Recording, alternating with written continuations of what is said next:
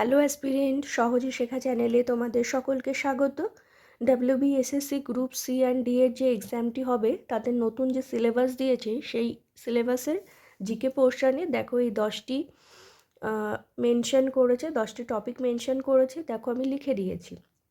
তো আমরা শেষ দিক থেকে ভিডিও দেওয়া শুরু করেছি, ক্লাস করা শুরু করেছি। দেখো এখনো পর্যন্ত আমরা এই 3টে ভিডিও দিয়েছি 3টে টপিকের উপরে। এবার আমি আজকে আমরা ক্লাস করব এই এনভায়রনমেন্ট অ্যাওয়ারনেসের উপরে। তো দেখো শুরু করছি। আজকে এনভায়রনমেন্ট অ্যাওয়ারনেসের উপরে প্রথম ক্লাস আমি করছি। তো এখানে আজকে এই ভিডিওতে কি থাকবে আমি একটু বলে দিই প্রথমে, যে এই এনভায়রনমেন্ট রিলেটেড আমাদের ইন্ডিয়ান কনস্টিটিউশনে যে সমস্ত আর্টিকেলসগুলো আছে সেইগুলো আমি সব দিয়েছি। তারপরে আমাদের পরিবেশগত যে সমস্ত আইনগুলো রয়েছে সেই আইনগুলো সালসহ আমি লিখেছি।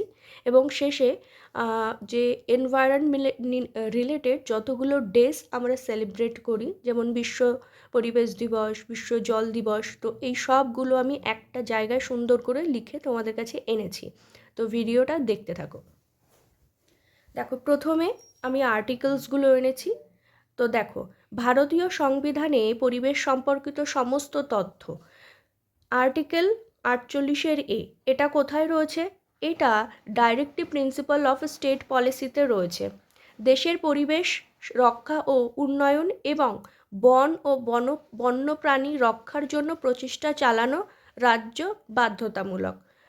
বাধ্যতামূলক যে এটা রয়েছে ডাইরেক্টিভ প্রিন্সিপাল অফ স্টেট পলিসিতে রয়েছে, এটা আর্টিকেল 48। তারপরে আর্টিকেল 51 এর জি, তো এখানে এটা কোথায় রয়েছে? এটা ফান্ডামেন্টাল ডিউটিস মধ্যে রয়েছে, অর্থাৎ মৌলিক কর্তব্যর মধ্যে রয়েছে। তো এখানে কি বলা হয়েছে? এখানে বলা হয়েছে যে বন, হ্রদ, নদী এবং বন্যপ্রাণী সহ প্রাকৃতিক পরিবেশ রক্ষা ও উন্নত করা এবং জীবন্ত প্রাণীর প্রতি করুণা দেখানো প্রতিটি নাগরিকের কর্তব্য। তারপরে দেখো আর্টিকেল 21 কি রয়েছে? Right to life. সেখানে কি বলেছে? দেখো সেখানে একটা কেস হয়েছিল, খুবই ফেমাস একটা কেস ছিল, Maneka Gandhi versus Union of India. তো সেই কেসে সুপ্রিম কোর্ট মেনশন করেছিলেন যে জীবনকে একটি সুস্থ ও পরিষ্কার পরিবেশের অধিকার বলে ব্যাখ্যা করা হয়েছিল বা ব্যাখ্যা করেছেন। তো তার জন্য পরিবেশ সুরক্ষা একটি মৌলিক অধিকার। আর একটা দেখো আর্টিকেল 53, এখানে কি বলেছে? যে power to make law for implementing internal agreements. এটা অতটা গুরুত্বপূর্ণ নয়, তাও গুগলে মেনশন করছিল বলে আমি এই আর্টিকেলটা তুলে দিয়েছি। আমার মনে হয় না এটা অত ইম্পর্টেন্ট। তো তারপরে দেখো এবার আমরা শিডিউল দেখব, যে কোন শিডিউলে আমাদের এনভায়রনমেন্ট সম্পর্কে লেখা রয়েছে। কিছু লেখা রয়েছে 7 শিডিউলে যে লিস্ট সম্পর্কে দেওয়া রয়েছে, সেখানে তো 3টে লিস্ট থাকে। তো সেই লিস্টে যেটা স্টেট লিস্ট, 2 নাম্বার লিস্ট, তো সেখানে এগ্রিকালচার সম্পর্কে লেখা রয়েছে বা এগ্রিকালচারকে রাখা হয়েছে। আর যেটা কনকারেন্ট লিস্ট, যেটা 3rd লিস্ট, সেখানে ফরেস্ট, ওয়াইল্ড লাইফ, মাইন্স এইগুলোকে রাখা হয়েছে। তারপরে দেখো এবার আমরা পরিবেশ সম্পর্কিত যে সমস্ত আইনগুলো রয়েছে সেই আইনগুলো আমরা একটু দেখে নিই। যে কী রয়েছে? যে ভারতীয় পরিবেশ আইন কবে আনা হয়েছিল? 1986-তে। National forest policy 1988। ভারতীয় বনভূমি আইন 1927। তারপরে সর্বভারতীয় হস্তি সংরক্ষণ আইন 1879। ভারতীয় জলদূষণ নিয়ন্ত্রণ আইন 1974। ভারতীয় বায়ু দূষণ নিয়ন্ত্রণ আইন 1981।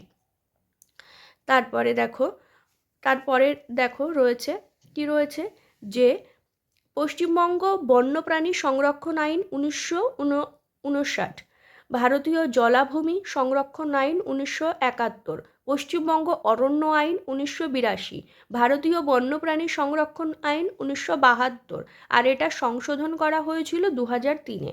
ভারতীয় জৈব বিচিত্র আইন অর্থাৎ বায়োডাইভার্সিটি অ্যাক্ট যেটা আনা হয়েছিল সেটা 2002-এ আনা হয়েছিল। এবার এদিকে দেখো ভারতীয় গন্ডার সংরক্ষণ আইন 1992, ভারতীয় অন্তর্দেশীয় মৎস্য সংরক্ষণ আইন 1993, আর জাতীয় পরিবেশ আপিল কর্তৃপক্ষ আইন 1997। পরবর্তীগুলো দেখো, ভারতীয় তপশিলি আদিবাসী ও অন্যান্য ঐতিহ্যশালী অরণ্যবাসী আইন 2006, আর পশ্চিমবঙ্গ বৃক্ষ আইন 2006, ন্যাশনাল গ্রিন ট্রিব্যুনাল অ্যাক্ট 2010। এবার আমরা এনভায়রনমেন্ট রিলেটেড যে ইম্পর্ট্যান্ট ডেজগুলো আছে সেগুলো সম্পর্কে পড়ব। তো দেখো, বিশ্ব পরিবেশ দিবস 5ই জুন, বিশ্ব বৃক্ষরোপণ ডে 21শে মার্চ, ইন্টারন্যাশনাল বায়োডাইভার্সিটি ডে 22শে মে, আর্থ ডে অর্থাৎ বসুন্ধরা দিবস কবে? 22শে এপ্রিল, ন্যাশনাল ওশিয়ান ডে 5th এপ্রিল, ন্যাশনাল ওয়েদার ডে 23শে মার্চ, বিশ্ব অরণ্য দিবস 21শে মার্চ, বিশ্ব জলা দিবস অর্থাৎ ওয়ার্ল্ড ওয়েটল্যান্ড ডে 2nd ফেব্রুয়ারি।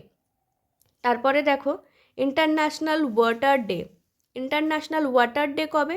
22শে মার্চ, ন্যাশনাল এনার্জি কনজারভেশন ডে 14ই ডিসেম্বর, বিশ্ব দূষণ পরিরোধ দিবস 2nd ডিসেম্বর, বিশ্ব বাস্তু সংস্থান দিবস 1st নভেম্বর, বিশ্ব প্রকৃতি সংরক্ষণ দিবস 28শে জুলাই, টাইগার ডে কবে? 29শে জুলাই, বিশ্ব পশু দিবস 4th অক্টোবর, বিশ্ব গন্ডার দিবস 22 সেপ্টেম্বর, বিশ্ব ওজোন স্তর সংরক্ষণ দিবস 16 সেপ্টেম্বর, ন্যাশনাল টাইগার ডে 5th জানুয়ারি, ওয়ার্ল্ড রিসোর্সেস ডে 23শে মার্চ, ওয়ার্ল্ড অ্যাটমস্ফিয়ার ডে 10ই এপ্রিল, ওয়ার্ল্ড